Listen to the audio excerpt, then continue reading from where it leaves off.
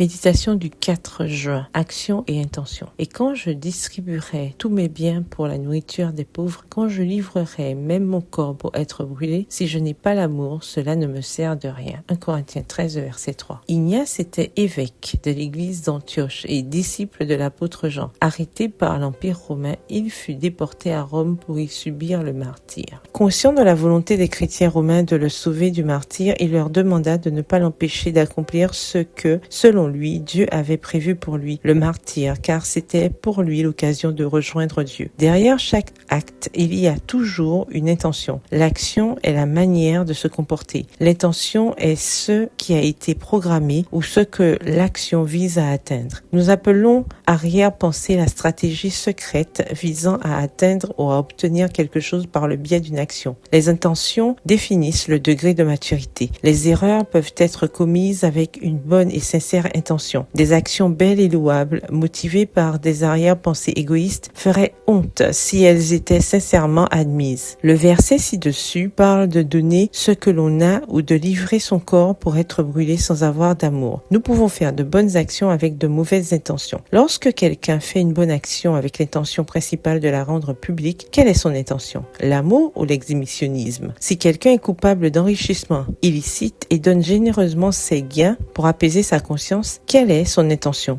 L'amour ou l'expiation? Si quelqu'un fait de bonnes actions pour arriver au pouvoir, quelle est sa motivation? L'amour ou l'autopromotion? Les motivations de chacun se limitent généralement à son environnement immédiat. Nous ne pouvons pas juger des intentions des autres, seul Dieu le peut, mais nous pouvons nous examiner nous-mêmes et évaluer ce qui se cache derrière nos actions. Est-ce de l'amour ou de l'égoïsme? Et si vous offriez votre corps pour qu'il soit brûlé? Les apôtres Paul, Pierre et Jean étaient également prêts à souffrir si nécessaire, mais ils ne recherchaient pas un martyre inutile. Avec de bonnes motivations derrière leurs actions, ils étaient loyaux mais raisonnables, et non pas des fanatiques irrationnels. Ignace avait de bonnes intentions mais un zèle et une compréhension inappropriée. Quelles sont les motivations et intentions à l'origine de vos bonnes actions? Que ce soit toujours l'amour, car si ce n'est pas l'amour, elles ne valent rien. Bonne journée et que l'Éternel vous bénisse.